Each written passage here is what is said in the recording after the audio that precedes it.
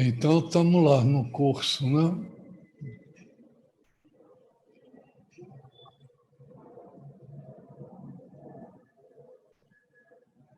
Nós vamos hoje trabalhar a segunda aula sobre a teoria operativa das instituições. Bem, tem uma curiosidade que eu não falei a semana passada, mas que é interessante falar, que quando uma formação social se estabiliza e preenche essas três características aqui, uma que é abranger um grande número de indivíduos. A segunda é numa região geográfica definida. E a terceira é durante um longo período de tempo, a gente passa a denominar isso de modo de produção. Tá?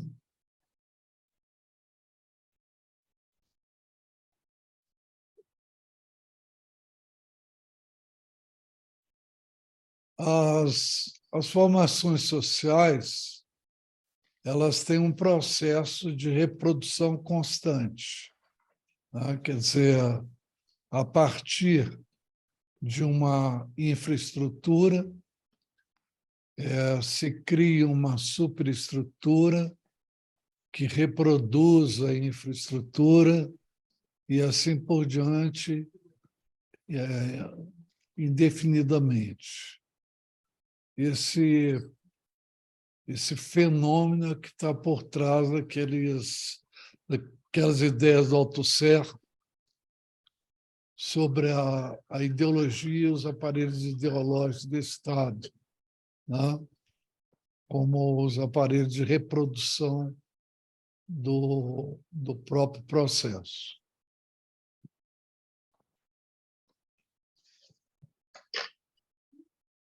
E eu relembro, então, que a minha teoria está baseada fundamentalmente na aplicação do conceito de formação social aos grupamentos sociais abarcados pelas entidades sociais, então, pelas instituições. Né? Então, por isso que eu falo em formações institucionais. E isso é muito interessante porque, embora do ponto de vista teórico, a dimensão concreta venha antes da dimensão simbólica, na prática do cotidiano, dessa reprodução cotidiana das formações sociais, das formações institucionais, essa distinção se torna meramente acadêmica. Porque no interjogo cotidiano da produção e da reprodução institucionais, as pessoas não vão mais saber se elas pensam desse jeito porque trabalham dessa forma ou se elas trabalham dessa forma porque pensam desse jeito, entendeu? Quer dizer, esse é o processo, é a armadilha da ideologia. Tá?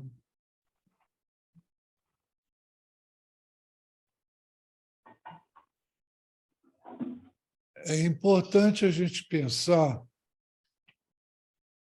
bem, primeiro, que vocês se lembram que o que fundamentalmente distingue instituições de famílias é que as instituições aspiram permanência independentemente da sobrevivência dos indivíduos que a compõem. Né? E é a partir do atendimento reiterado das demandas sociais que as instituições se legitimam. E elas se legitimam porque elas pretendem permanecer. Tá? Então, o que acontece, fundamentalmente, é que dentro da comunidade vão surgindo necessidades sociais. Essas necessidades sociais são captadas pelas instituições através de seus processos de produção. Deixa eu falar só uma coisinha, Marco.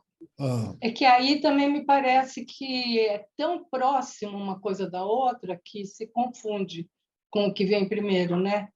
Porque tem muita necessidade que surge do produto que foi oferecido pela produção, né? Parece que se repete Sim. aqui aquela Por dialética lá, o que vem antes e o que vem depois. por isso é reiterado, né? Tá certo? É um ciclo. Né? Uhum. Mas então, é importante isso, saber onde sim. começa, né? Então, as necessidades sociais que geram o processo gera produto ou serviços que atendem a essas necessidades, que se repõem ou surgem novas, e o processo vai assim. Né? Tá certo? Eu me lembro de uma fábrica lá em Belo Horizonte que produzia pinicos de ferro. E, obviamente, pinico começou a ser um produto menos requisitado. E eles tiveram a ideia de usar as mesmas máquinas que faziam os pinicos para fazer panelas, e passaram a vender panelas de aço. Então, é o processo que vai gerando também, pela própria repetição, inovações. Né?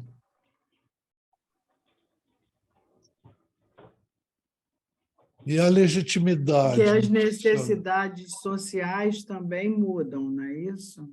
As necessidades sociais mudam, as empresas mudam, os processos tecnológicos de produção se transformam e daí por diante. Né? Mas é interessante porque, na medida que as instituições elas procuram permanecer, elas têm que se legitimar. Né? E é exatamente porque elas têm que legitimar é que vai estar acontecendo essa constante reprodução. Né? Quer dizer, de um lado, nós vamos ter a necessidade que a instituição pense na dimensão simbólica, na superestrutura, qual é a sua tarefa institucional, e que, em função dessa tarefa institucional, ela possa pensar, do ponto de vista de sua dimensão organizacional, ou seja, da sua infraestrutura, qual é o seu projeto organizacional.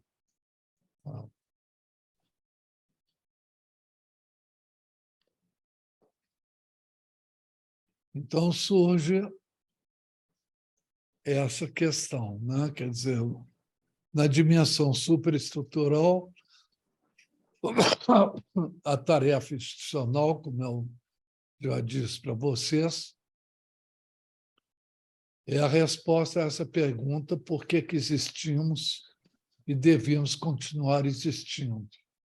Tá? E o projeto organizacional da dimensão infraestrutural responde à pergunta de como fazer melhor o que nos propusemos fazer. Tá? Então, dessa interação entre tarefa e projeto é que se define a direção estratégica da instituição.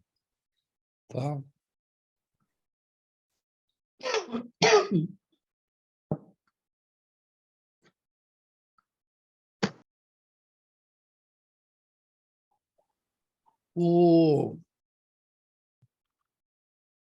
Quando a gente vai intervir numa instituição, ou seja, quando a gente vai promover mudança numa instituição, a gente está sempre trabalhando numa transdisciplinariedade.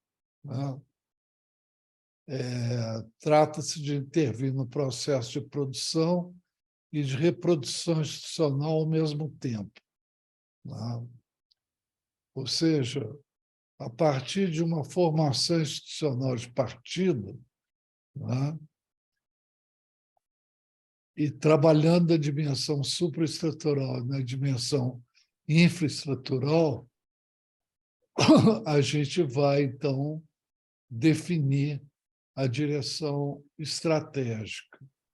E, com isso, a gente vai chegar a uma formação institucional de chegada que se torna uma formação institucional de partida na sequência do processo.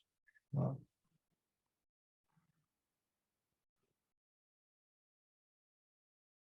E agora vem uma coisa importante. O que é o processo psicodinâmico nas instituições? Eu não entendi muito bem o anterior, assim. Você quer que volte? Queria.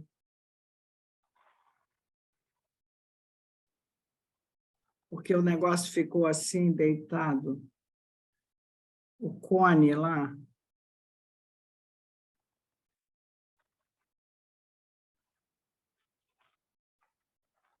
Então, é a ideia da espiral, não? Quer dizer,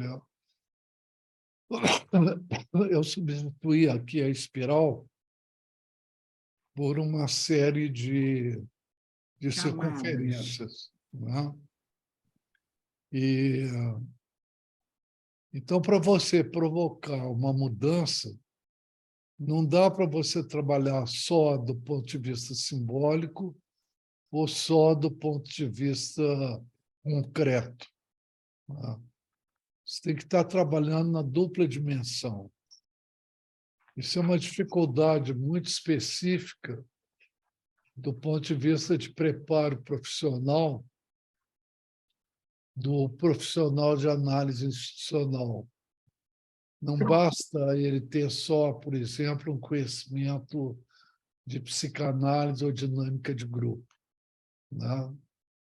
Ele tem que conhecer também uma série de aspectos técnicos, né?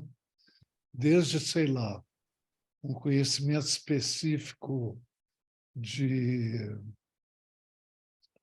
contabilidade, de finanças, de arcabouço legal da vida das instituições e daí por diante, e mesmo da técnica característica dos recursos tecnológicos específicos da produção que ela desenvolve, né? Para que você possa estar entendendo o processo como um todo e estar interferindo nele. Tá? Entendeu?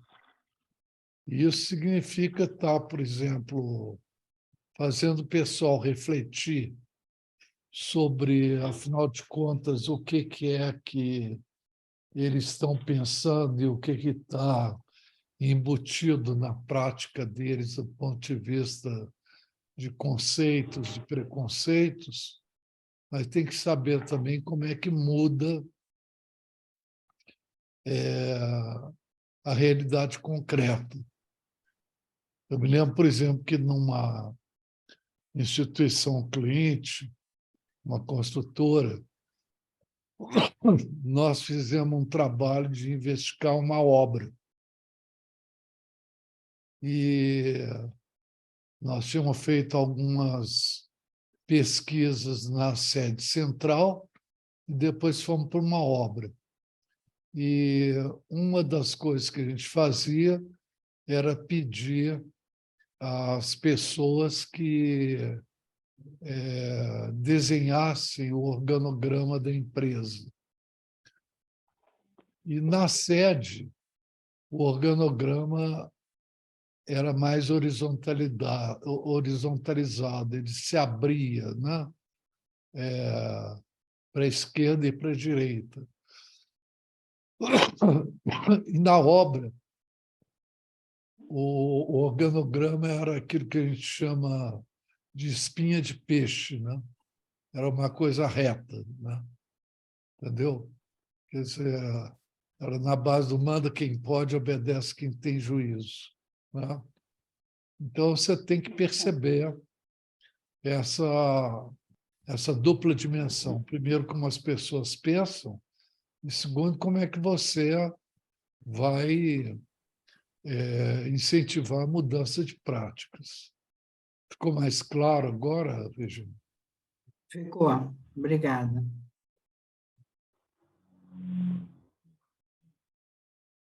Então, essa parte aqui é uma parte mais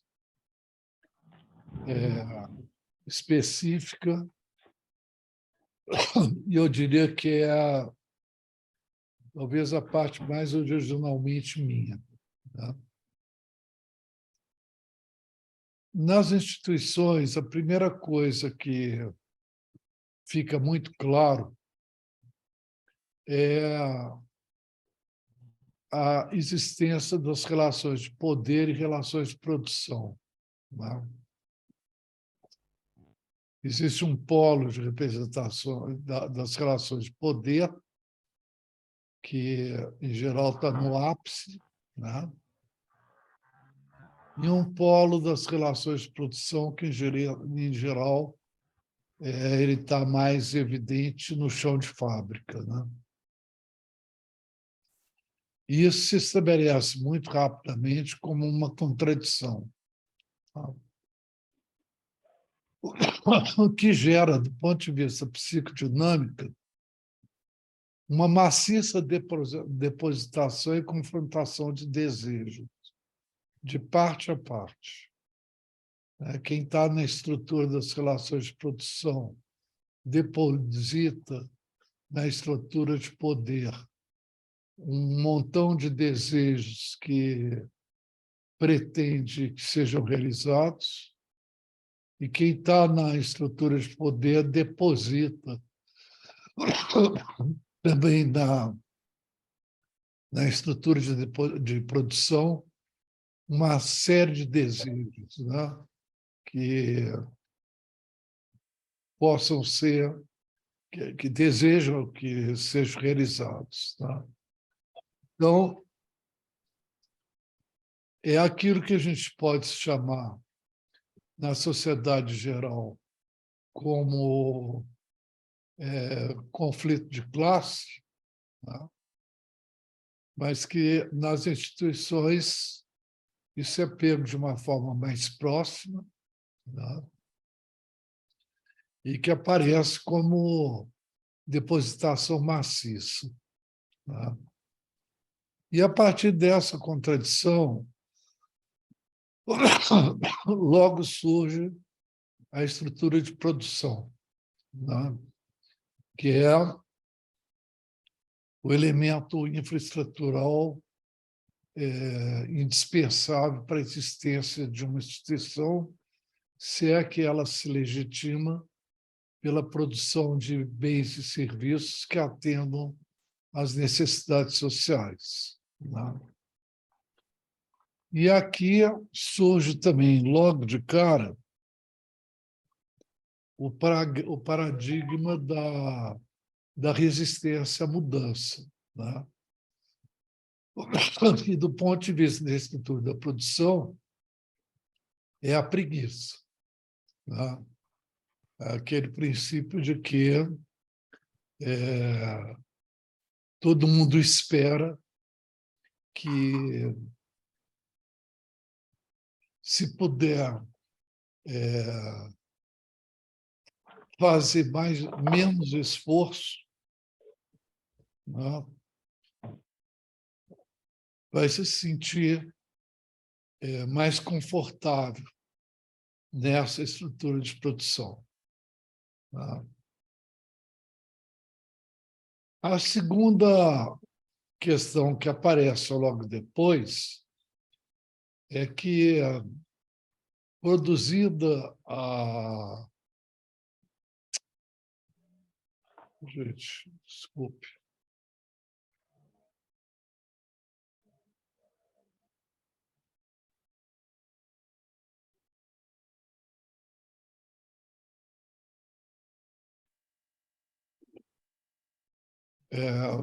produzida riqueza, né, vai surgir logo o problema de como é que você distribui essa riqueza. Não. E distribuição de riqueza numa instituição não é só pagamento de salários, não é só a apropriação de lucro pelos acionistas ou sócios, não é só isso. Quer dizer, numa estrutura de distribuição, você tem que pensar que uma organização ela tem que pagar impostos, ela tem que pagar fornecedores, ela tem que pagar prestadores de serviços, tem que pagar os advogados, lembrando aí da presença do Zé Paulo no nosso grupo. Né? Sem dúvida. Não é isso? Merecidamente. Lógico. Então, tem toda uma série de demandadores de riqueza que se colocam no direito de receber uma parte da riqueza produzida. E a própria instituição também demanda, porque ela tem que acumular excedentes. Se ela não acumula excedentes, ela não sobrevive diante de eventuais problemas que possam surgir. Ela tem que investir em inovação, ela tem que investir em crescimento, enfim, tem a questão aí dos excedentes que têm que ser acumulados pela própria instituição. Então, e aí o paradigma da resistência à mudança aí é sempre a voracidade, né?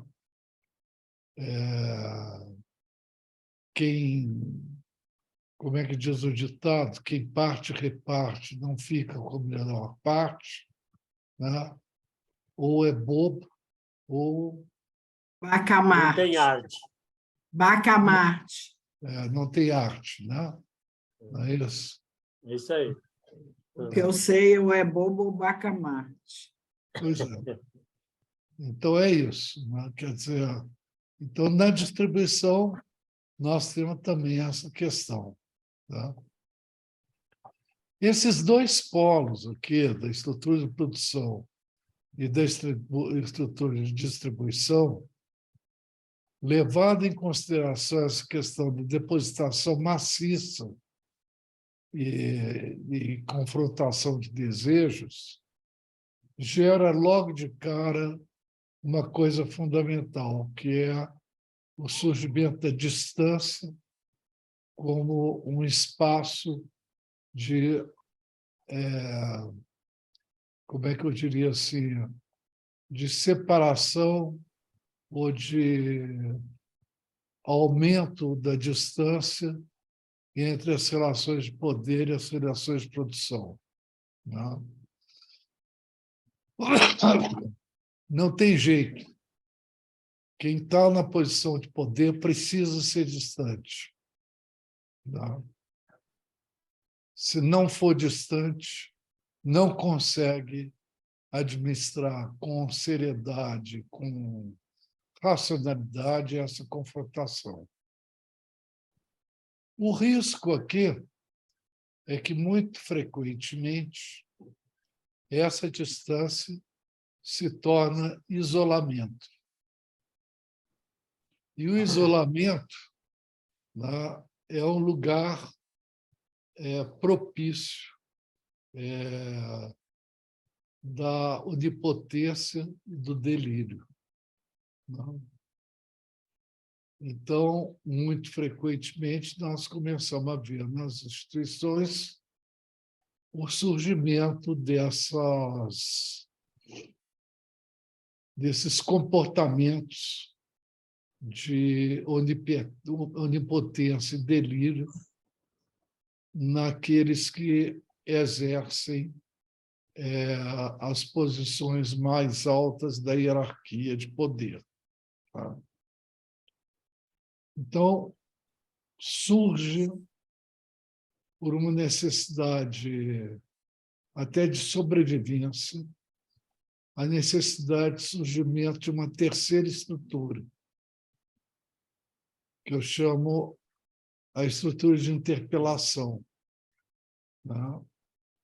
Onde o paradigma da resistência à mudança é o narcisismo, né?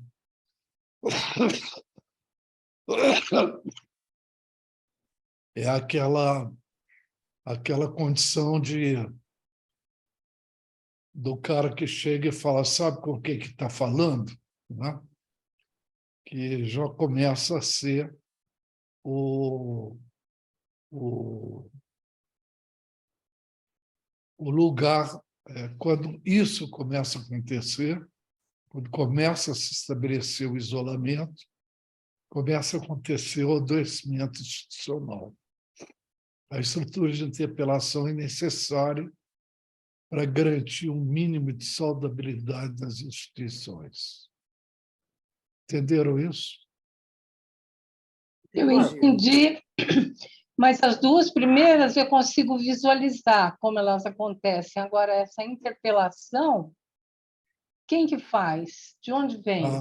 Aí é a função fundamental da intervenção institucional. Mas alguém de fora dela? Ou Por exemplo, os sindicatos eram fonte de interpelação dos patrões? Também. Ô, Marco, O governo também é. Esse sistema é válido tanto para instituições privadas como empresas, e também para instituições públicas em geral? Sim, e, portanto, para instituições lucrativas como não lucrativas. Em não lucrativas, você inclui as organizações públicas nesse esquema de pensamento? Ou as ONGs, ou tudo mais, quer dizer, tem que haver um espaço, porque na estrutura de interpelação, na verdade, é a criação de espaços específicos onde as pessoas possam se questionar umas às outras a respeito de qual é a sua em relação à tarefa institucional. Então, mas eu pergunto, não só quanto à estrutura de interpelação, eu falo, esse sistema de pensamento que você está expondo como um todo é aplicável, para usar uma linguagem adotada aí na praça, às instituições estatais, públicas, às instituições privadas, empresas, e às instituições do terceiro setor, Sim. ONG, entidades de fins não lucrativos, tudo. Pelo próprio título, né, psicodinâmica das instituições, né? Parece que é meio genérico, né? Se for uma instituição, vai estar acontecendo, de alguma maneira, esse esquema, né? Nas instituições mais saudáveis, você vai ver que existe, em algum nível, a estrutura de interpelação.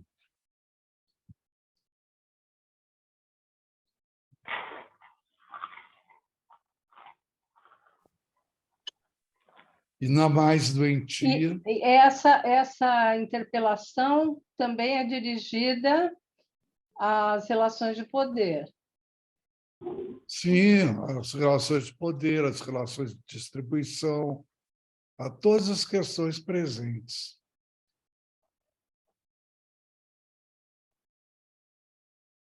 Escuta, Marco, a ouvidoria pode ser considerada uma Interpelação. uma área de interpelação? Também. Uhum. Os ombudsman, Os conselhos deliberativo, consultivo de grandes empresas, me parece que também. Né? também. Uhum. Com relação à sociedade, podemos pensar no Congresso. No Congresso Nacional. ao Congresso, o parlamento como um todo, né? Parlamento como um todo. É a velha ideia do equilíbrio dos três poderes, né? Sim. O próprio serviço social, né, que tinha, não sei se ainda é assim, mas toda instituição, toda organização com determinado, que eu não lembro, X número de funcionários, é obrigada a ter um assistente social. E eu lembro até que eu tinha uma amiga que trabalhava na Petrobras e foi muito difícil, ela acabou saindo, porque o trabalho de interpelação que ela devia fazer, ela não podia fazer, porque ela tinha que estar do lado do polo das relações de poder, ela não podia... O trabalho dela seria trazer as demandas do polo de produção, mas eu lembro que ela acabou saindo, para mim, impossível. É, Isso na época da ditadura militar. pois é. Às vezes a interpelação não, ela tem que estar do lado do poder, porque senão ela é eliminada. Deixa eu passar para o próximo. Então, na verdade, nós temos três estruturas, né? As relações de produção, as relações de distribuição e as relações de interpelação, que tem que interagir entre elas em função da tarefa institucional. A tarefa institucional surge aqui como critério para a resolução dos conflitos de apropriação de riqueza e de poder. Entendeu? Isso no mundo ideal, né, Marco? Sim, Isso aqui na teoria, né? nós estamos falando da teoria, depois nós Tá, vamos falar da prática. Né? tá. É porque eu tô com essa dificuldade. Tudo que você traz, eu fico pensando na realidade, tá certo.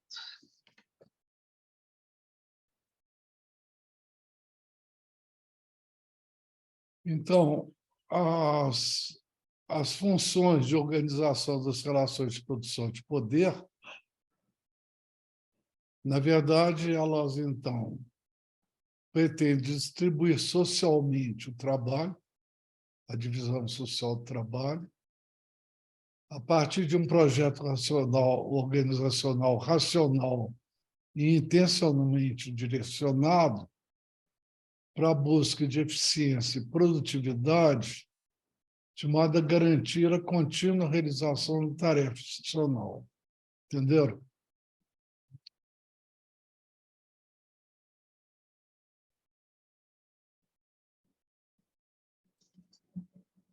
Está claro?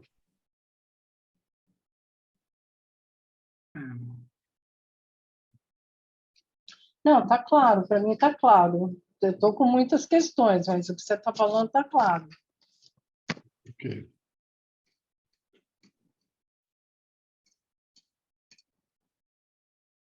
Então, quando a gente vai fazer uma intervenção institucional,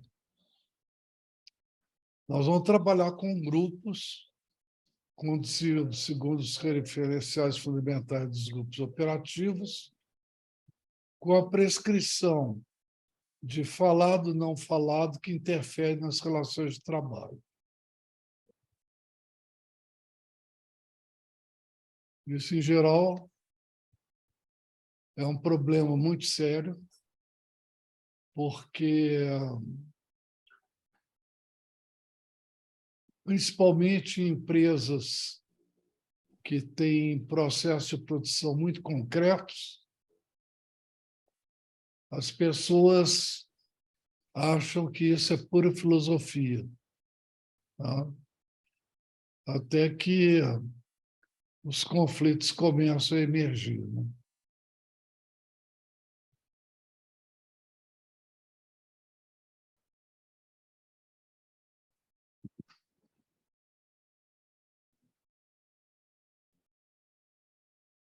Só que eu pergunto agora, eu falo assim, mas trabalhar com quais grupos?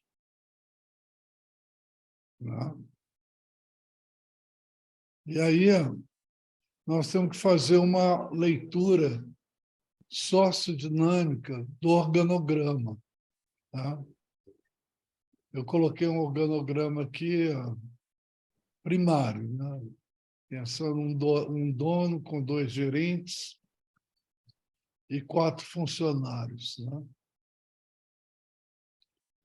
Quando a gente pensa na sociodinâmica do organograma, a gente vai poder perceber que, na verdade, um organograma é só um esqueleto. Né? Na verdade, ele delimita a existência de uma série de grupos.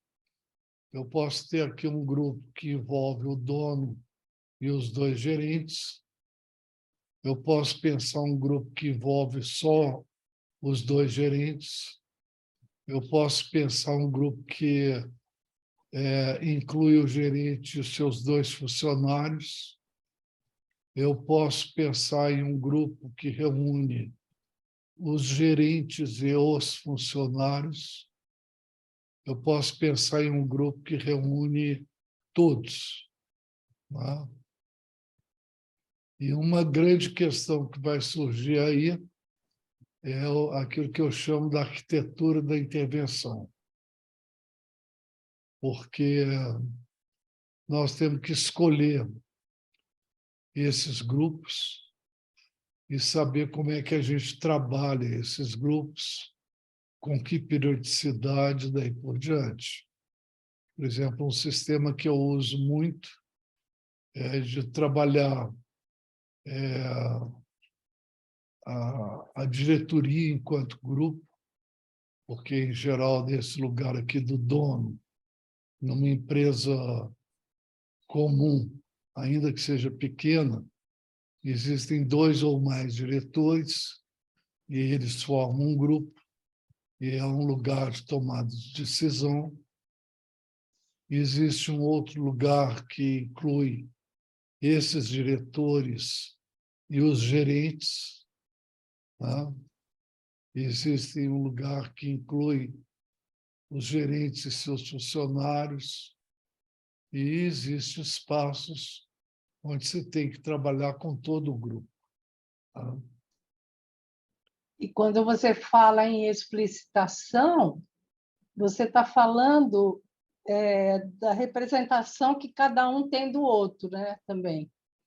Também. E a Porque é bem necessidade complicado, que... não acaba isso. Porque, por exemplo, se você faz numa instituição um grupo onde estão os diretores e os gerentes, a relação de poder aí não é equitativa, né? E você pode terminar fazendo uma sacanagem fodida com os gerentes se você não der um espaço para que eles possam elaborar as posições deles longe dos olhos dos diretores, tá? Que eles possam ter seu próprio pensamento, a elaboração de situações de conflito, de tal forma que, quando eles forem se colocar na relação de confrontação com os diretores, eles possam estar mais elaborados, né? Não possam estar tão ingênuos nessa relação. E o mesmo acontece dos funcionários em relação aos gerentes, né? Aos gerentes. Ou mesmo da diretoria em relação aos gerentes. Tá certo? Então, aí é necessário você estabelecer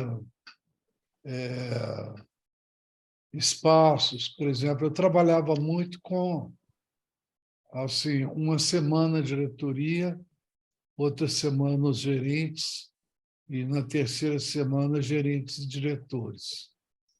Entendeu?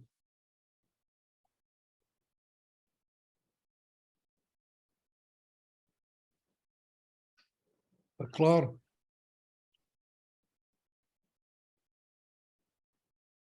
Uhum. Para mim, tá.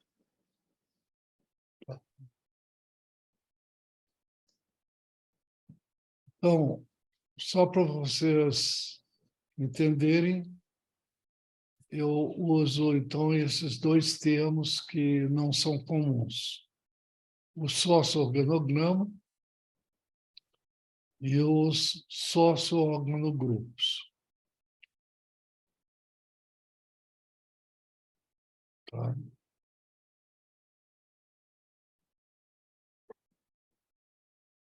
Tá bem? Uhum. Então, vou parar isso e volto ao grupo. Ô, Marco, por favor, comente um pouco sobre a questão das empresas familiares, considerando essa teoria. Pois é. Um dos problemas fundamentais das empresas familiares é separar o que é a família do que é a instituição, né? Porque é comum as pessoas tentarem reproduzir dentro da empresa comportamentos que são nitidamente da família, né? Então, você começa a ter chantagens emocionais, você começa a ter birra entre irmãos, né? Se reproduzem aí também as atitudes dos pais, nas atitudes parentais em relação a um ou outro, trazendo critérios que não são os critérios da tarefa institucional, né? Então, em empresa familiar, no início do trabalho, um grande esforço tem que ser feito no sentido da limpeza, né, nas relações empresariais dos conteúdos que provêm dos papéis familiares, né? Isso é um problema muito sério.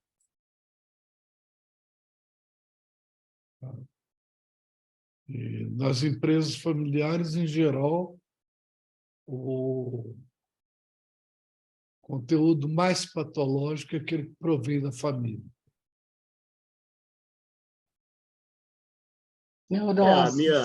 A minha experiência profissional confirma o que você está falando. Minha experiência prática. Realmente há uma... Porque a família também tem uma estrutura e um funcionamento, ela também tem uma dinâmica, né? Também é uma instituição. Eu não, acho... Não é uma instituição, aí que eu chamo a atenção, porque a instituição ela é racional e a família é emocional. Entendeu? Mas a família também Concordo não é também. só. Ela também tem uma estrutura, que eu estou falando, uma estrutura. Pois é, mas o problema é que quando a gente confunde isso, o analista Não, é outra coisa. Eu confundo muito isso. Pois muito. Ele termina entrando numa impotência de achar que ele pode ser terapeuta familiar. Ele não é terapeuta familiar. Tá certo? Pois é, eu acho que o terapeuta institucional ele é da instituição ligada aos meios de produção, né? Você pode ter uma empresa familiar, né? E aí vai ter uma intervenção institucional, o terapeuta familiar. Agora, a família, ela também é um organismo, vamos dizer assim, né? Uma organização que também tem uma tarefa dentro do humano, né? Dentro do humano. Recentemente, numa família que tem esse problema de ser uma mistura de família com empresa, uma das participantes me questionou, dizendo, mas você não vai tratar as nossas mágoas? E eu disse, não, suas mágoas você vai tratar na sua terapia. Aqui, não. Olha só. Porque eles vieram buscar uma intervenção institucional, né, da empresa, né? Da E se empresa você familiar. entrar nessa, você se perde totalmente. Agora, Marco, por que a família não é uma coisa instituída, como a escola, como a igreja? Não. Não, a família cuida da reprodução e dos afetos. Ela está relacionada não à divisão social do trabalho, ela está relacionada às estruturas de parentesco. E as outras instituições simbólicas? Forças Armadas, Armadas é uma igreja... instituição, igreja é uma instituição. Só a família, não é? Não, é que a família é família. Instituição é instituição, cada uma delas vai ter sua tarefa institucional. Eu já trabalhei, já dei consultoria a uma sinagoga. Mas uma sinagoga não é uma família. Muito interessante que a sinagoga é uma instituição religiosa. É uma instituição. Religiosa. Religiosa. E foi muito interessante porque no contrato inicial eu explicitei, eu falei, eu quero que vocês saibam que vocês estão conversando com um consultor institucional que é ateu e marxista. E eles viraram para mim e falaram, ótimo, porque assim você não vai se confundir com as nossas confusões. Os judeus são inteligentes. Muito inteligente. Ô, Marco, na mesma sequência, por favor, faça um comentário nessa mesma linha com as instituições sem fins lucrativos. Instituições privadas sem fins lucrativos. Como, ela também precisa gerar um excedente. E também, de alguma maneira, precisa distribuir. E também tem polos de poder e polos de produção. Via de regra, serviço. Eu fiz um trabalho de 2 ou 3 anos com os doutores da alegria, onde a questão ali foi exatamente essa, separar a instituição do fundador e criar uma forma de que eles pudessem existir por eles próprios. Daí surgiu reforma de estatuto, surgiu problemas do tipo de transferir a propriedade da marca da pessoa do Wellington para a instituição. Imagina.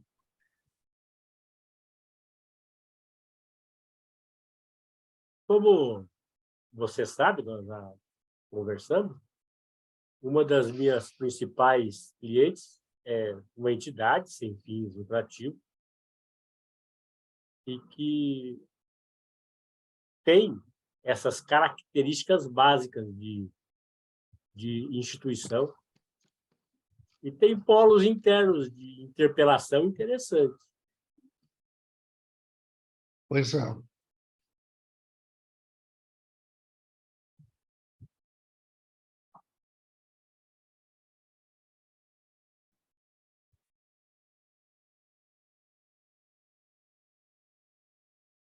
Eu estudo a questão da família, né? E eu acho que a gente carrega para o mundo do trabalho, porque se é na família que eu aprendo a questão dos afetos e das relações de poder, porque eu aprendo ali. Ali é um lugar onde eu nasço, né? Pertenço, recebo um sobrenome, um nome, e é ali que está a base, né? A base estrutural da identidade de cada pessoa. Depois ela vai para o mundo do trabalho. Ela passa, né? primeiro pela escola. Ela Que passa é pela escola, instituição, mas que na é uma escola instituição. ainda que é outra instituição que também contribui para a questão da identidade, Da da formação. individualidade, não é? A não ser que a minha professora seja minha mãe, né? Como acontece em muitas escolas, que eu era completamente contra os filhos estudarem na escola que a mãe leciona, porque a escola seria um outro parto, seria um segundo parto para nós. A gente vai para a escola e você tem um outro mundo relacional, onde você pode, vamos dizer, reproduzir padrões familiares ou criar padrões novos de relação, com figuras de autoridade, como o professor, o inspetor, a merendeira, né? Então, a escola é uma instituição da onde, quando eu fico numa escola misturada, onde a minha mãe trabalha e eu sou aluno, ali acontece uma certa Confusão. duplicidade, né? Confusão. Né? Mas E eu é ainda muito... estou... Não, tudo bem. Eu acho que, assim, como o Marco vê da divisão social do trabalho, a família não tem uma divisão social do trabalho. A família tem uma rede de cuidados feito por pessoas que têm papéis e funções diferenciadas, né? Agora, se Então, você pensar numa rede de famílias, de vizinhos, por exemplo, as você tem uma crianças comunidade. têm um contato ali fora da família, que ainda não é institucional, mas não deixa de ser É relacional, relacional. afetivo. É afetivo. Mas a Tá. família ela tem uma tarefa, mesmo não sendo instituição, que é o pertencimento e a ideia da possibilidade, né, da individuação. Quer dizer, o que a família... Né? O ser humano é um ser dependente de outro ser humano para existir. Ele nasce, se não tiver ninguém que cuide dele, ele morre. Né? E no decorrer, é isso que eu acho. Eu acho que, mas muitas vezes, tem muita projeção no ambiente de trabalho com essa bagagem que é trazida da família. Eu acho que aí tem o conhecer essa dinâmica da família pode ajudar. Eu, por exemplo, atendi uma família que trabalhava junta, mas eu era terapeuta da família. Mas a queixa da família é que o pai e o filho só faltavam eles tinham uma gráfica. Só faltavam se engalfinhar no trabalho, e que aquilo estava gerando uma série de complicações. Mas eu vou trabalhar na relação familiar, né? Por exemplo, a mãe não trabalhava na gráfica, mas ela era o polo de informação, né? E aí eu vou ver que triângulos em que triângulos eles pertencem, onde são excluídos, né? Um belo dia estou no meu consultório com eles e a mãe está fazendo uma festinha na perninha do filho, assim, um filho adulto e ela com o pé fazendo uma festinha. Aí eu perguntei para o pai: o que você acha disso que está acontecendo aqui agora?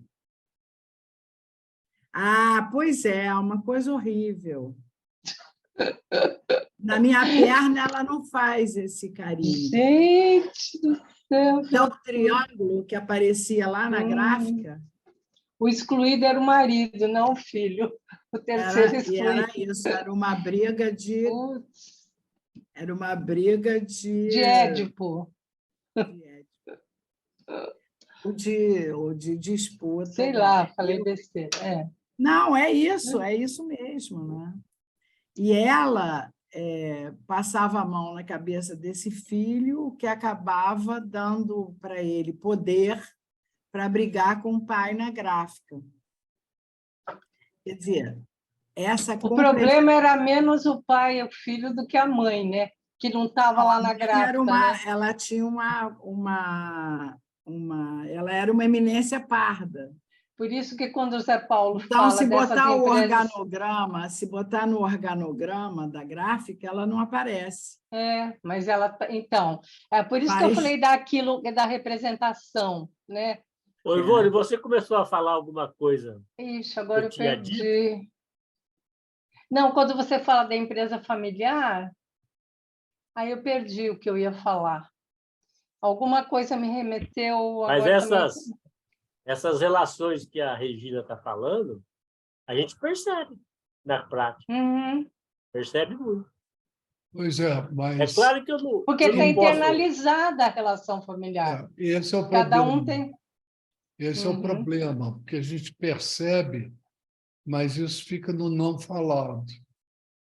E qual é o espaço? Mas você disse que você não está lá para cuidar da família.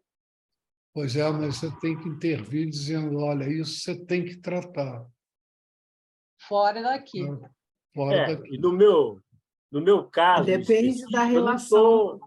Eu não sou terapeuta institucional, né? A posição do advogado é outra.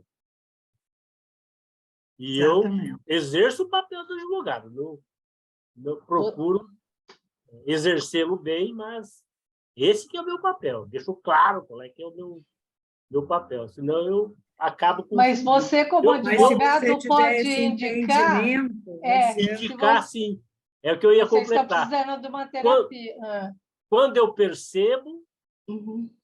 Tem uma coisa, você tem que, no meu caso, que exerço o papel de advogado, tem que perceber e ter um momento, né? Ter um espaço para falar, porque senão você complica mais ainda. Então, tem que ter um momento adequado, um ambiente adequado, ter já estabelecido um relacionamento de confiança, aí você indica. Mas aí você indica para a diretoria ou para a voracidade. Porque eu estou um pouco confusa, assim. No meu caso, confusa. Quando eu atuo com a empresa, digamos assim, é da gerência para cima. Ah, entendi. Com a empresa. Tá.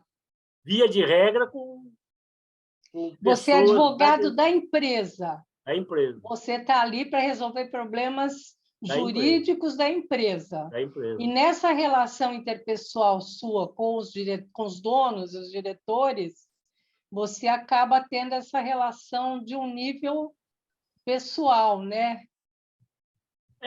Uma relação fora do...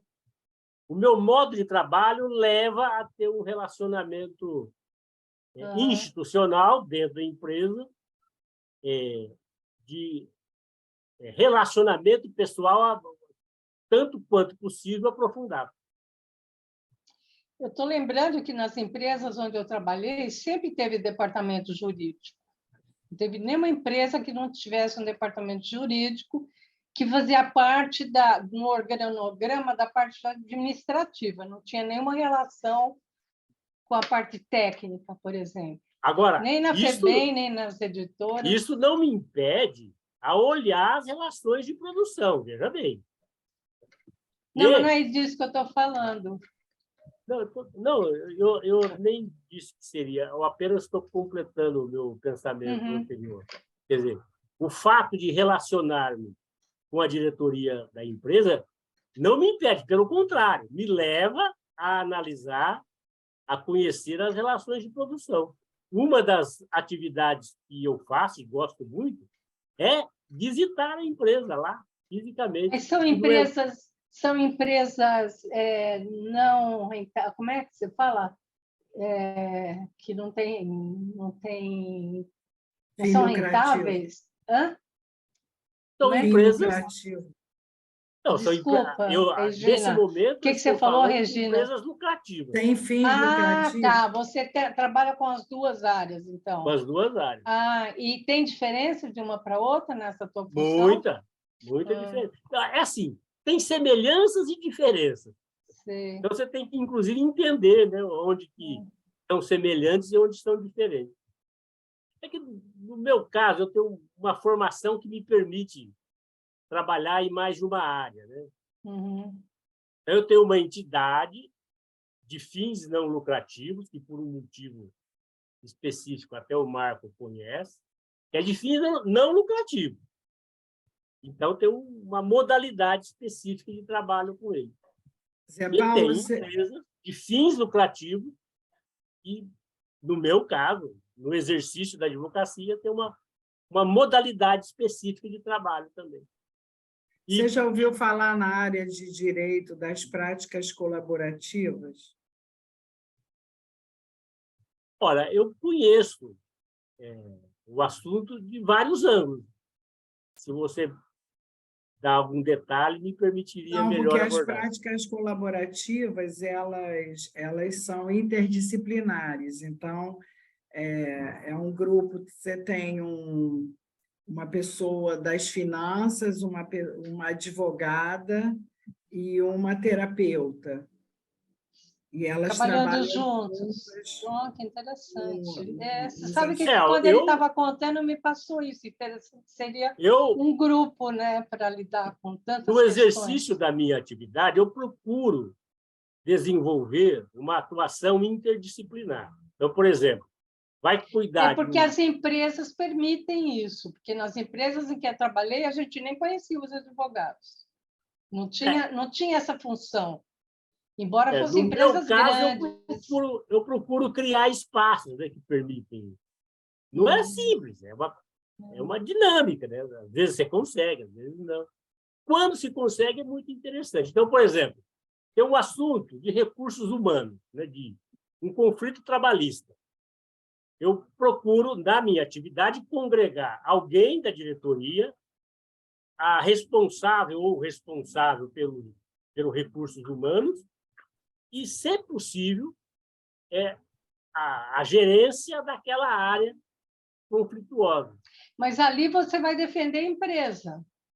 Não é esse o conceito. Não? Eu vou... não é o conceito de que eu vou defender a empresa. Vai equacionar o conflito. Porque... os advogados de empresa que eu conheço nunca vi atuar assim. Eles eram advogados da empresa, para defender os interesses da empresa. É que, muitas vezes, você falar para a empresa alterar aquele comportamento, você está defendendo a empresa. Sim, entendi, lógico.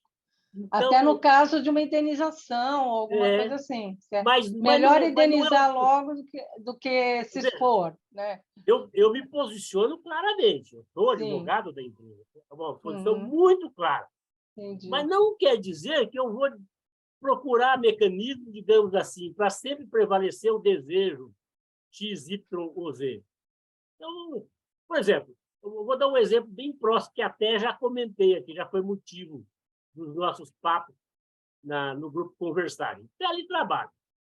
Então, lembre-se, né? De repente, veio pandemia, tudo se alterou. E aí as entidades, empresas, precisavam adotar um sistema de teletrabalho.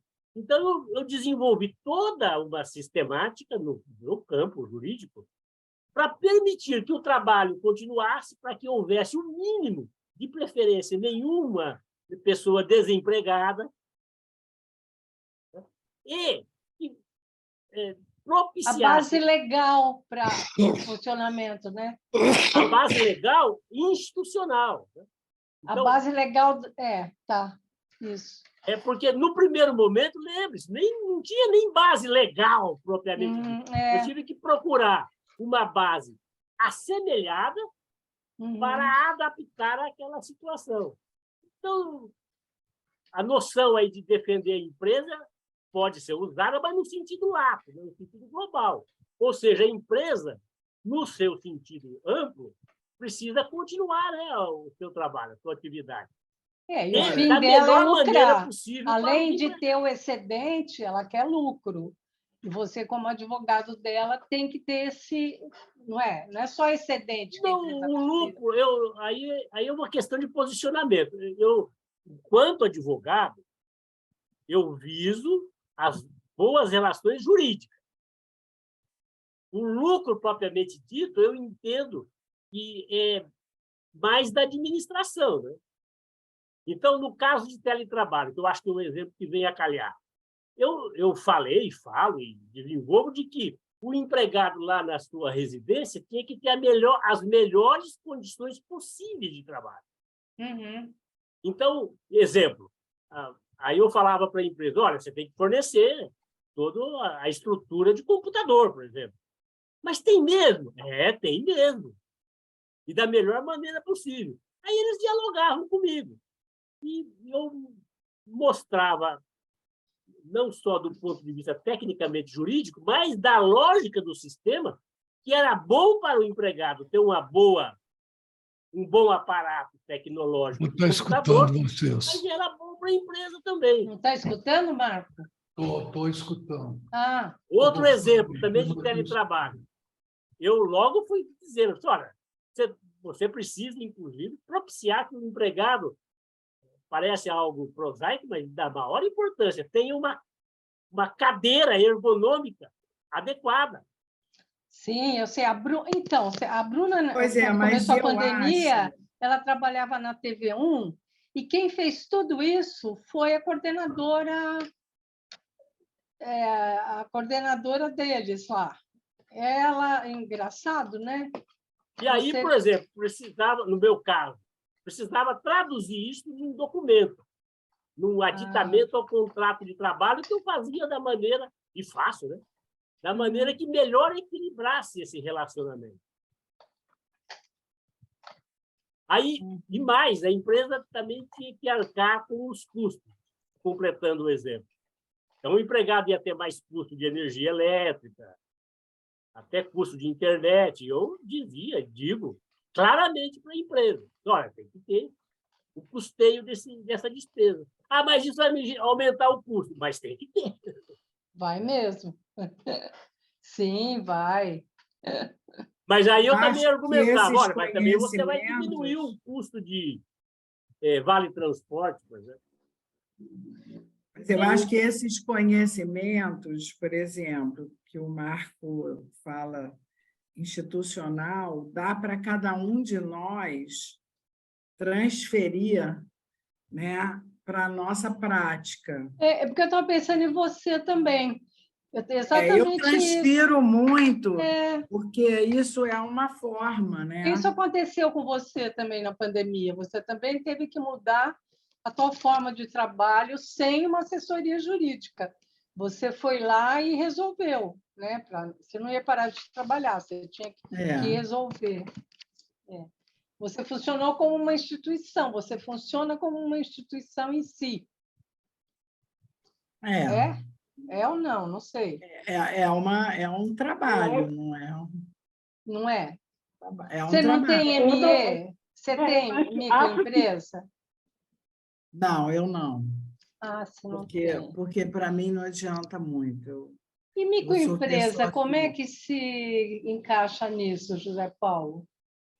Que a minha filha, por exemplo, Eu paga poderia ser, Ivone, contador. porque para mim, em termos Não, Sim, hoje de renda, não é. funciona. no exemplo que eu dei do teletrabalho, a base de raciocínio é semelhante. Você vai adaptar em cada situação. Uma empresa maior, uma empresa menor. Empresa de uma pessoa, como é o caso do ME, né, microempresário. Aí Você você tem que vai pagar pensar o contador. na relação dele com os seus clientes. Então, eu tenho um cliente, é um contador, por exemplo. Você vai pensar como colaborar com esse seu cliente na relação dele, é uma pessoa só, com a clientela dele. Com os Então, empregadores cada dele, um. com os empregadores dele, não com a clientela dele. Não, aí eu não entendi. Eu tinha entendido que você tinha falado de uma microempresa. Então, você, na verdade, está prestando serviço para outra pessoa. Você é um microempresário a serviço dele. Você não está produzindo Então, serviço. eu não entendi, então, por gentileza. Ah, não Ivone. sei. O quê? Eu tinha entendido inicialmente, porque tinha mencionado o exemplo de um contador, por exemplo, que é Não, uma eu estou dizendo pessoa ME, um microempresário. de um, Ele se constitui como uma instituição? no exercício da profissão, eu acho que sim. Hein, Tem até Marco? CNPJ. Na medida que ele tiver uma forma jurídica, um Tem PJ, CNPJ, É. instituição de uma pessoa só, com vários empregadores. Não, Tem uma aí inversão. não seria empregador, né? Não, seria Tecnicamente. prestador de Eu acho serviço. que a Ele gente é um presta prestador serviço. É prestador de prestador de serviço, serviço. mas você está ganhando, né? Eu não sei se isso. Eu acho que eu fugi um pouco do assunto, gente. Não, acho que Desculpa. não. Acho que está falando de O instituição. que eu queria voltar para a aula é que eu acho que esses conceitos, mesmo sendo aplicados a uma instituição do mundo do trabalho, da divisão social do trabalho, com seus papéis e funções e grupos, né? A forma, né? Dá para levar também, por exemplo, para a família, né? Regina, você falou uma coisa que eu estava querendo trazer. Eu estava esperando o Marco voltar para que ele me repetisse uma coisa que aparece num daqueles quadros que ele apresenta, é que eu não conseguia anotar inteiro a preguiça, a voracidade e o narcisismo. Cada um está relacionado a um tipo de existir essa produção. mudança. A preguiça seria o quê? A preguiça na área da produção. Produção. Tá? E a voracidade? Tem pais também que tem muita preguiça. Espera um pouquinho. de cuidar dos Voracidade. filhos. Hein?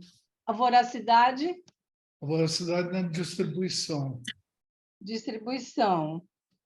E o narcisismo? Narcisismo Vaidade, não exatamente gosta a de... questão da interpelação.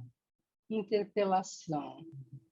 A pessoa não aceita a interpelação, não aceita a Então, crítica. aí, se você cliva, se você só pega isso, preguiça, voracidade e narcisismo, você volta para uma coisa tão primitiva que está lá atrás, não é? São conceitos que estão no âmago do ser, Do ser sozinho, humano. do ser humano, né? E estão dentro da dimensão simbólica institucional, né? Também. É muito comum num trabalho institucional você recomendar às pessoas que elas façam análise. Então, mas pelo que você disse, essas resistências elas acontecem, é um padrão. Elas aparecem no processo, você vai estar trabalhando ela do ponto de vista do coletivo e do espaço da empresa. Mas vai ter elementos individuais que vão estar presentes nesse processo de uma forma muito sutil. Regina, tem a ver o que você estava falando com isso que eu estou falando? Não, Que eu estava querendo não, chegar eu nisso e eu achei que você transfiro. abriu. Eu Você acho que abriu. pensar é fazer Só um minuto. relações. Nós estamos indo aí para os 20 minutos finais. Então, eu queria que todo mundo pudesse falar um pouco aí do que é que significou, Tem a o que Maria não Lúcia. ficou claro. O Newton não falou, a Ana está lá escutando, mas não está falando. O Laça também não falou nada.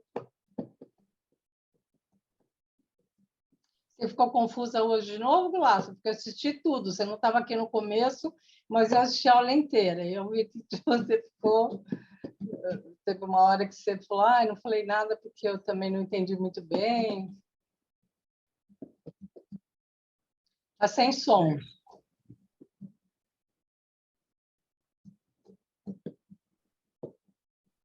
Travei um pouco, e aí eu tentei captar, mas não sei se eu consegui muito captar. É difícil, escapa da mão da gente. Mesmo quando você pensa que captou. O primeiro encontro, que eu também perdi uma parte, depois eu escutei e eu captei bastante. Agora, eu estava muito curiosa para saber o segundo. Foi esse? Muito importante. É esse daqui? Esse aqui. Esse. Mas não consegui captar, não. Mas eu acho que é a continuidade do que a gente está fazendo, eu acho. Eu acho que é o caminho que a gente está percorrendo em relação a entender melhor a instituição neste momento. Ela está fazendo mudanças e eu acho que é nesse sentido.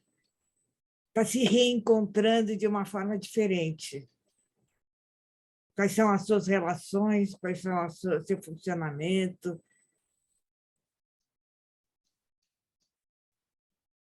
Entendeu o que eu estou falando? Ou não? É a questão da instituição e da rede. Como as relações de poder. Era disso que vocês estavam falando hoje? Das relações de poder? Da tarefa institucional? Hoje a gente falou mais das relações dimensões com as relações de poder, com as duas coisas. Eu acho que o Marco juntou o que é a tarefa institucional e o que é a intervenção institucional, que leva em conta essas duas, o projeto organizacional e a tarefa institucional.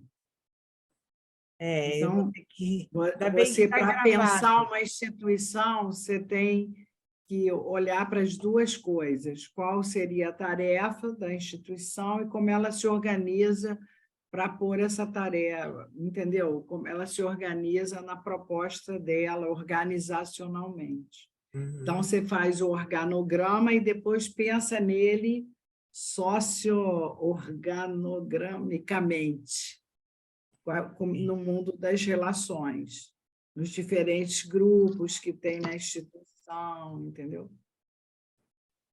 E como são as relações de poder. Se a diretora fica lá isolada, só demandando vorazmente que o pessoal trabalhe, ou se ela está disposta a um diálogo, a ouvir uma crítica, ou se ela está nessa estrutura narcísica na hora de ser interpelada. Não sei se eu consegui explicar para você. Mais ou menos. Porque às vezes, Maria Lúcia, quando a gente generaliza, as instituições elas perdem as identidades institucionais. Quando a gente fala as pessoas, os seres humanos, entendeu? E cada instituição está vivendo esse momento de uma maneira. Esse momento das redes sociais de uma maneira. Então, eu acho que você capta que é um processo, mas a gente está falando de um olhar de iluminar por exemplo, se você pegar esses conceitos e colocar na instituição que você trabalha, fizer o organograma, traçar as linhas relacionais, você começa a se situar melhor dentro do seu próprio trabalho, entende? Sim. Acho que é uma boa Linhas ideia. relacionais seriam a produção, distribuição e interpelação? Aquilo que o Regina? Marco fez, tem a diretoria, tem o gerente, tá. tem O organograma mesmo. o organograma, mas eu falei de linhas relacionais, que são os diversos grupos que se formam dentro da instituição. Né? Ele até chama de sócio-organograma, não é? Sócio-organograma. Não, ele chama de sócio-órgano-grupo, grupal, não é? Sócio-organograma e sócio-organo-grupos, porque você Sócio-organo-grupos. divide o organograma em grupos. Por exemplo, o dono e os gerentes é um grupo. O gerente e seus funcionários, outro grupo. Por exemplo, às vezes você tem uma equipe pedagógica, não sei como é lá na instituição da Maria Lúcia, mas tem uma equipe pedagógica, um grupo, mas que pode estar num grupo maior. Geralmente é equipe técnica, né, Maria Lúcia? É uma equipe, é multidisciplinar, não é? Agora, eu estava pensando agora qual é o nó da minha instituição. É que ela, na realidade, ela vem pela ausência da família, então ela vem numa substituição familiar. Então, isso daí dá uma confusão entre o afetivo e o racional, sabe? Ela vem exatamente buscar racionalmente qual é o objetivo que ela vai substituir. Mas ela tem que ficar claro que ela não vai substituir a família, porque ela não é a família, ela é uma instituição. Mas o objetivo é cuidar, só não tem a reprodução ali, mas é alimentar, é encaminhar para a vida. Pois é, mas tudo Mas isso... precisava entender o simbólico dessas crianças institucionalizadas. Onde fica a perda da família para elas. E cada vez mais ela busca ter uma identificação maior, perceber melhor como é que ela representa a família para a criança, sabe? Eu acho que cada vez ela procura ver... Qual é a representação da instituição que a criança faz. Porque talvez, Maria Lúcia, o que confunda é a instituição achar que ela vai virar família. É igual a escola achar que ela é uma grande família. Eu já trabalhei em escola e a fantasia da escola é que nós somos uma grande família. Esse é o mesmo maior empresas, erro. Tem muitas empresas que falam assim.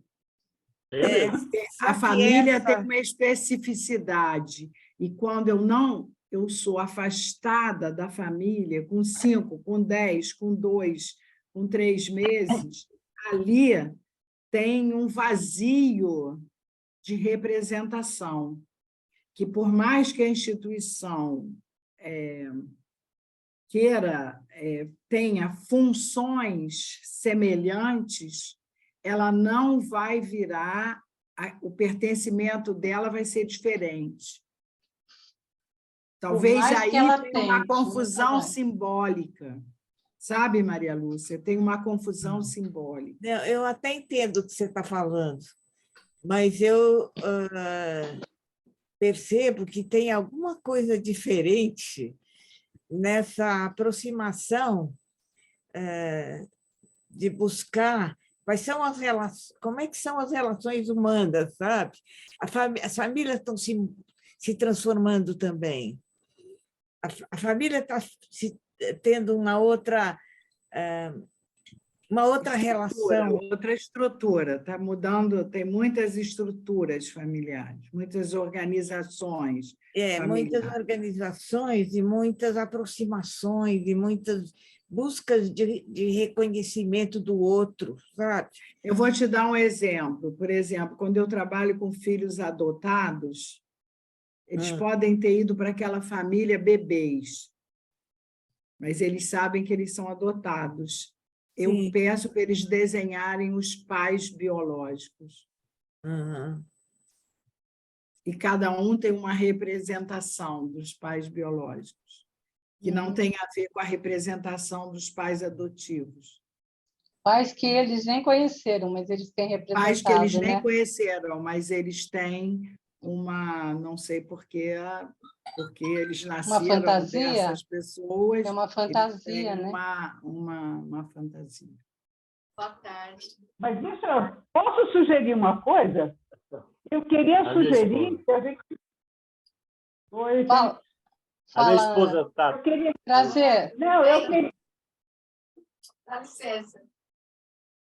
Eu queria sugerir que a gente fizesse um encontro que fosse para discutir essa coisa é uma instituição que vai ocupar um lugar semelhante aos cuidados e outras coisas, semelhante à família, mas ela não é família. E talvez isso mereça uma discussão. Não sei, se o Marco não quiser, a gente pode fazer lá no Conversagem Espiral, a gente pensar essa questão, porque é uma questão importante. Eu acho Importante. que essa mistura, até vendo aquilo, sabe, aquele vídeo lá que você indicou, Ivone, né? Tem alguma coisa aí que a gente precisa, talvez, Eu estava pensando em mim, você acha que eu esqueci de mim nesse momento? Aquilo ali, então, é mais complicado ainda, porque é família dentro da instituição. Isso. Então, e acho que a gente precisa ter um momento, ou 2 momentos, ou 3 momentos, eu não sei quantos encontros, mas acho que a gente pode trabalhar melhor. isso numa conversagem mesmo, né? Para a gente poder Talvez. dar continuidade aqui e levar para a nossa conversagem esses dramas. É porque eu acho que assim, a Maria Lúcia está muito angustiada com o que está acontecendo lá. E a gente não vai dar conta trazendo para cá também, sabe? Então, acho que a gente acaba ocupando aqui. Eu, por exemplo, gostaria de trazer uma outra coisa, que é, por exemplo, uma coisa que as pessoas... que eu ouço muita crítica sobre as instituições brasileiras, porque elas misturam muito relações de compadrio, né? E que eu acho que é uma coisa interessante, é uma coisa que também entra nessa dinâmica aí, né? Porque não é compadrio? O que é compadrio? Amizade?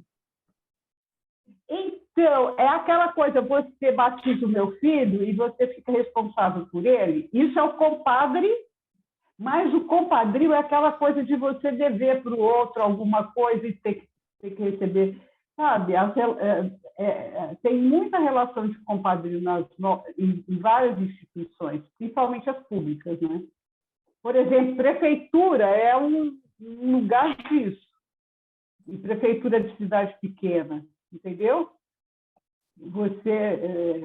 Você contrata a pessoa não porque você necessita de um trabalho dela, mas é porque você ficou devendo ao pai dela, alguma coisa assim. Então, a gente tem essas... Eu não sei se o Marco incluiria aí como perversão, não sei, né? Mas que tem essas coisas que eu acho que numa grande parte de empresas, né, que a gente percebe esse tipo de coisa. Bom, acho que eu vou falar isso, acho que está acabando, né? O Milton ainda não Nossa, falou nada. isso para mim já é uma questão parecida com a da Gulaça. Também poderia ser trabalhado fora daqui. Interessante, mas eu acho que se a gente for soltar a ideia, realmente a gente não avança na teoria aí. Até quando a gente vai ter aula, Marco? Ou está acabando? Desse curso, essa é a última desse ano. Ah, tá. Agora, eu estava até olhando aqui, queria propor que a próxima aula nossa fosse 21 de janeiro. Ah, tá bom. Quando, Marco? 21 de 21 janeiro. de janeiro. Você vai avisar isso, né, depois. Não, o curso a gente decide, se possível, aqui, né? Por mim, tudo bem. Está tão A longe. Regina, você vai Não, estar a Regina aqui? vai viajar, né? Está Eu vejo desligado. lá como está a minha situação. Você vai Eu estar vou lá, ver. né? Vou. Para Você mim, volta tá bom, quando? 21 de janeiro. Você volta quando, Mas Regina? 2 de fevereiro. Mas aí eu vejo lá, tem um fuso diferente, eu posso... Lá já é tarde da noite, deve ser mais 8 ou 9, não tem problema. Eu me organizo. Se eu não conseguir me organizar, eu vejo no vídeo. Mas o assunto seguinte, porque eu acho isso aqui uma riqueza, essa questão, porque são lentes que não é só para quem intervém na instituição, mas são lentes que dão uma leitura institucional, não é? Do funcionamento das instituições, quando a gente quer avaliar alguma coisa. Eu acho muito interessante esses 3 conceitos aqui, e dessa questão do que ocorre, como é que é complexo, não é? Como é que não é tão simples assim. Justamente por causa do lado simbólico da capacidade do ser humano de simbolizar. E de que todos nós saímos de uma família, né? Mesmo quem não tem família. Mas ela tem uma representação. Senão, todo mundo senão não tem. tinha nascido. Senão não sobreviveria. Alguém cuidou, né, de você na infância? Então, eu acho que isso merece mesmo uma discussão à parte. Talvez a gente possa levar no Conversagem na Quarentena, que tem a ver, né, com muita coisa. Mas... E você aí? Milton está pensativo.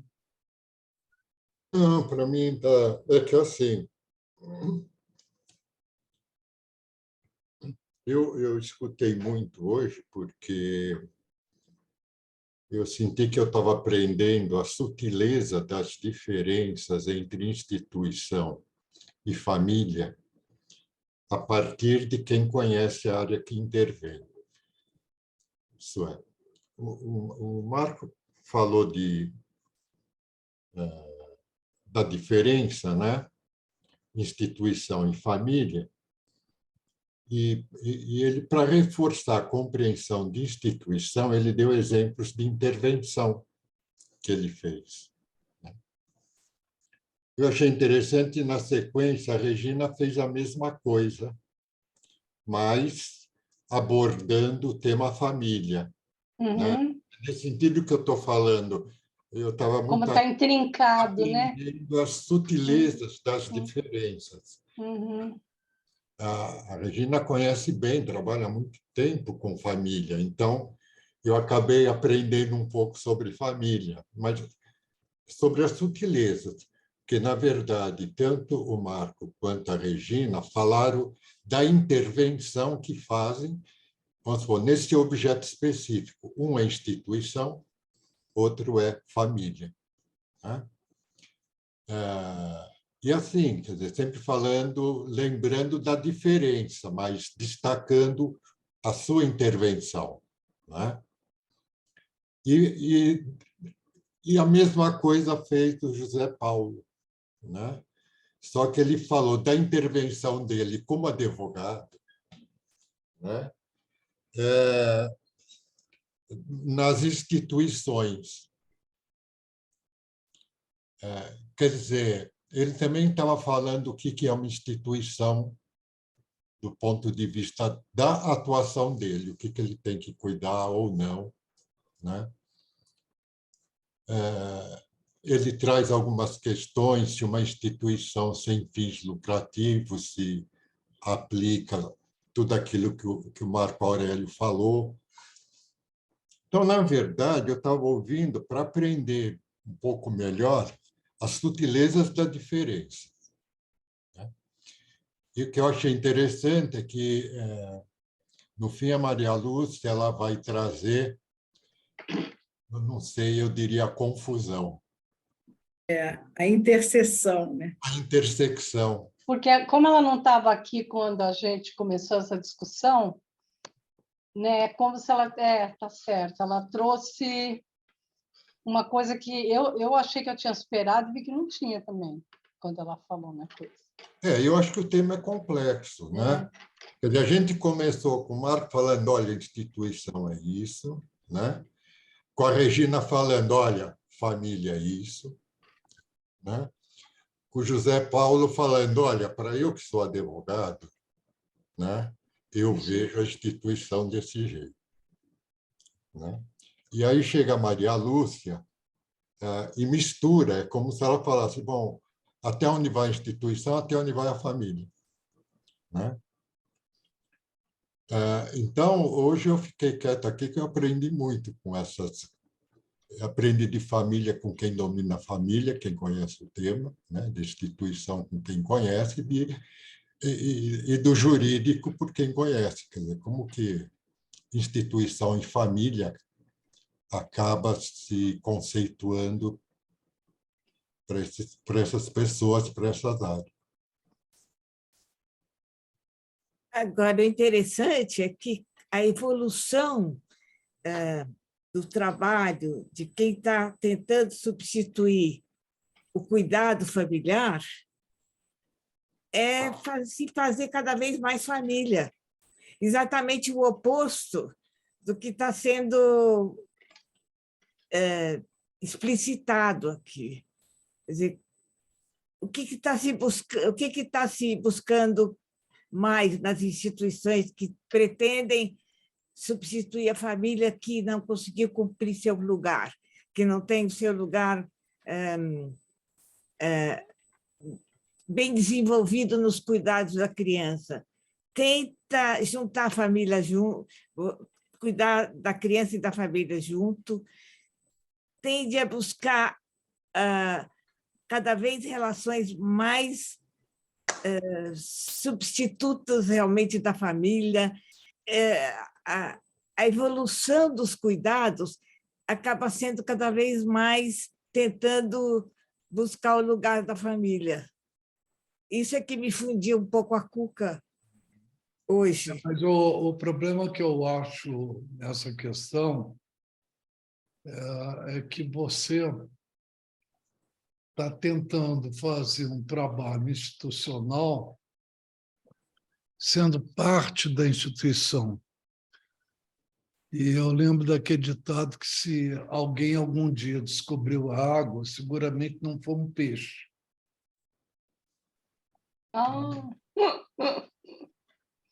Que ótimo! Entendeu? Puxa vida, que legal!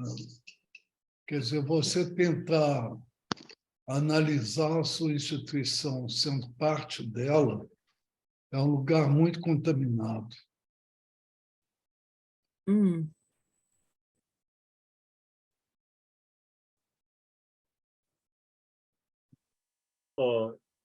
Maria Lúcia, Oi. eu já fui advogado de uma instituição de acolhimento de crianças.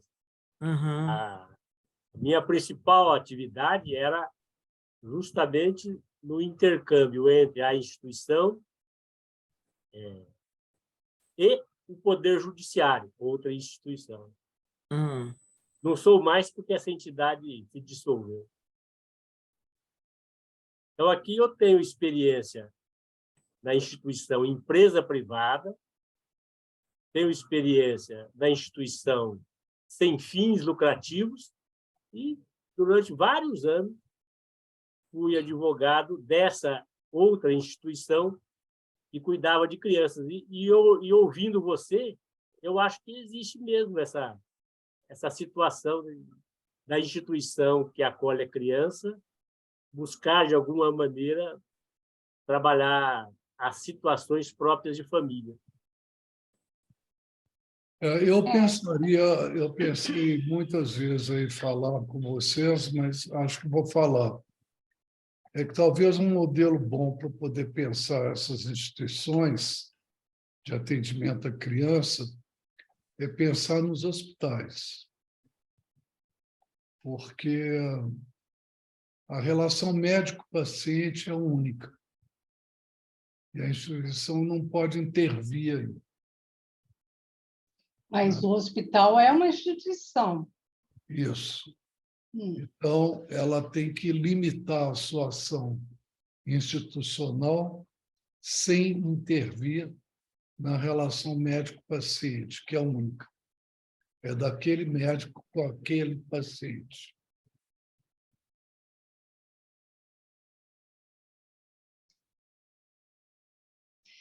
Agora, eu acho que as demandas... Tem que saber distinguir aí o que é o institucional daquilo que é o atendimento àquela criança, por aquele profissional. Para manter o profissionalismo, né? Isso. Até para a manutenção do seu trabalho. Muito interessante. Tem toda a lógica. Você está falando, Ana, e está sem som. Está sem som. Ana, Tá. Não, é que eu queria falar porque eu trabalhei no hospital. E, na verdade, essa questão não é tão resolvida assim, da relação médico-paciente não ser intermediada pela instituição. Porque, na verdade, quando o paciente, por exemplo, faz uma queixa sobre o médico, aí passa na ouvidoria e vai passar por toda a instituição, às vezes chega até no CRM, né? Mas, então, não é tão simples assim também, viu, Marco? A questão mesmo da enfermeira com o paciente, todas essas questões são mediadas pela instituição. Pois é, mas ela tem que saber... Acho que o médico... eu acho que se trata da ideia, né? Vai ter casos que vão fugir disso, mas como exemplo, né? Como exemplo da ideia dessa coisa de você poder manter o teu profissional. Isso. Entendeu, Ana? Concorda? Não, eu não entendi o que o Zé Paulo falou. Como a ideia que o Marco disse, como diretriz de trabalho, é um referencial muito interessante. Mesmo que muitos casos escapem disso. Isso, Não, e quando escapa... Quando escapa, você tem que saber por que está escapando. Mas o médico, quando ele está numa instituição... Gente, o médico, quando está na instituição, a relação dele é mediada pela instituição. Ele não tem a relação, pode ser que naquele momento que ele está conversando, que ele está tirando os dados do paciente, seja uma relação particular, mas ele é mediado. Inclusive, por exemplo, se falta remédio, se não tem onde encaminhar, tudo isso está aí interferindo na relação dele com o paciente. É bem mais complicado, eu acho, né? Eu acho que eu não consigo pensar a partir desse modelo, entendeu? Entendi. É interessante porque você tem que separar o racional do afetivo, sem dúvida, para entender melhor cada um. Mas chega num momento que os dois se juntam, que você não consegue exatamente separá-los, porque eles se fundem. Eu acho que esse é um momento que tem funcionamento.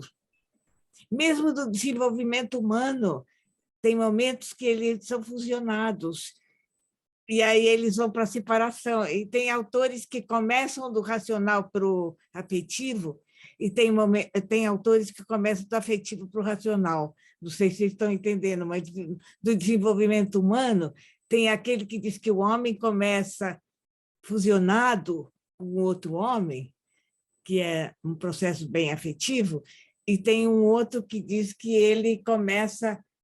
Aí eu acho que agora eu estou fazendo uma confusão. Não dá. Acho que sim. Eu acho que tem algumas... Por mais que você esteja envolvido com o caso que você está atendendo, seja médico, assistente social, psicólogo, você vai pintar envolvimento emocional, mas você não esquece da tua função. Eu, pelo menos, eu podia me envolver totalmente com os casos, mas eu nunca deixei de lembrar, assim, nem precisava fazer esforço. Estava no meu trato, no contrato, na minha atividade. Eu sabia o meu papel direitinho, por mais envolvida que eu tivesse. E olha que eu me envolvia pra caramba. Eu acho importante você separar. E acho importante você perceber que tem momentos que está fusionado. Tem momentos que tem... Mas você sabe que, por exemplo, o médico... Aí vou usar o exemplo do Marco. O médico, às vezes, ele está tão puto com o lugar que ele não consegue, ele não tem remédio, ele está tão impotente que ele acaba tratando mal ou não conseguindo ouvir o que o paciente está dizendo. Você entendeu? A situação emocional dele e a impotência dele fica muito marcado por esse lugar. E ele acaba, mesmo sendo uma pessoa legal, um cara que se dispôs a ir lá para fazer o melhor dele, e ele não consegue, ele acaba sendo tomado por essas limitações que ele pode ter, entendeu? Uhum. Então, isso tudo entra, eu acho, que entra nessas questões aí. É muito difícil você usar algum exemplo que seja limpo, né? Que não tenha... Eu acho que o médico no consultório dele, aí sim, aí é outra coisa. Aí eu nem posso Se não for dizer. de convênio. Se não for de convênio. Se for de convênio... Ele é mediado por essa estrutura onde ele está.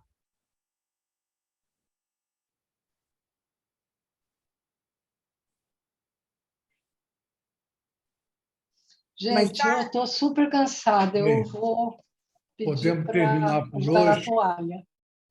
Eu preciso, porque como eu disse... A gente vai continuar isso segunda-feira, quem sabe, no Conversagem, tá, gente? Tem muita demanda. Segunda-feira é o dia lá do Newton do projeto. O grupo tem que definir a tarefa institucional. Oi? Desculpa, não entendi. Segunda-feira, a proposta foi o grupo fechar a tarefa institucional. Tá. A gente Acho vai que fechar você tem que durante. pedir para fazer um organograma. Ah! Sim, o projeto organizacional. Mas isso a gente vai fazer durante, né, o processo, não sozinho cada um. Não. Tem tarefa para casa, né? Qual seria? Se o Conversagem é uma instituição, tem um desenho. Qual seria esse desenho? Uma instituição em rede. Bem, vamos lá. O Marco apresentou um desenho hoje, não apresentou? Bom fim de semana. Para vocês também, gente. Beijo, estou exausta. Tchau. A França ganhou da Inglaterra. A Inglaterra perdeu que bom! pênalti. Agora a França vai ter que pagar para os marroquinos toda a exploração que eles fizeram. Vai ser lindo se o Marrocos ganhar da França. Vou torcer para o Marrocos. Nossa, eu torci muito para o Marrocos hoje. Sem querer, eu me vi torcendo para o Marrocos. Torcer para o Marrocos. Não sei nem por ser, eu estava lá torcendo. Falei, eu achei que eu ia torcer para Portugal por causa do como é que chama aquele jogador lá? Que é a última Copa dele, mas a hora que eu vi, estava totalmente marroquina. Eu também. Que legal, Joane, França e Marrocos. Legal. E a final vai ser Marrocos e Argentina. Aí eu quero ver como é que para que A Terra perdeu um pênalti, eu olhei daqui, eu Putz. deixei a televisão ali para ficar Que com o olho cruel, no padre, outro na missa. Sou marroquino desde criancinha. Mas Beijos. é a colônia vingando. É a colônia Então, agora eu vingando. vai ser um jogo muito, É muito ponto de importante. mutação, Ana, ponto de Eu mutação. adoro a França, mas eu vou torcer para o Marrocos. Beijos. O barco já fechou aí a lojinha. Tchau. Tchau, pessoal. Abraço. Tchau. Ah.